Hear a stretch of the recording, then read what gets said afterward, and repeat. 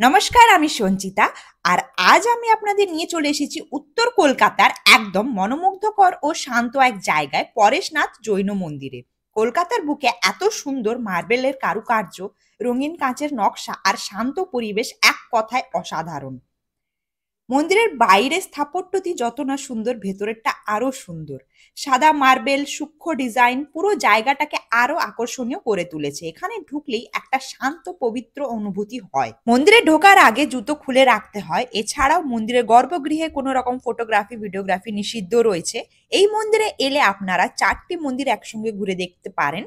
একটি হচ্ছে শীতলনাথজি মন্দির, চন্দ্রপ্রভা মন্দির, মহাবীর মন্দির ও দাদাবাড়ি মন্দির। সমগ্র মন্দির কমপ্লেক্সটি জৈন ধর্মের 23তম তীর্থঙ্কর পরেশনাথকে উৎসর্গিত।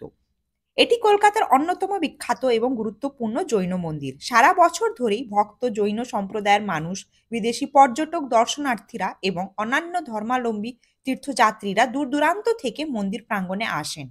মুখ্য মন্দিরের গর্ভগৃহে ভগবান শীতলনাথের মূর্তি প্রতিষ্ঠিত আছে এবং তার কপালে থাকা হীরকখচিত অলংকার দর্শনার্থীদের জন্য বড় আকর্ষণ। অন্য দুইটি মন্দির যথাক্রমে চন্দ্রপ্রভুজি দেব এবং দাদাবাড়ি গুরু শ্রী জিন কুশল সুরুজি মহারাজকে উৎসর্গিত। শেষ মন্দিরটি উৎসর্গ করা হয়েছে জৈন ধর্মের শেষ তীর্থঙ্কর ভগবান মহাবীরকে।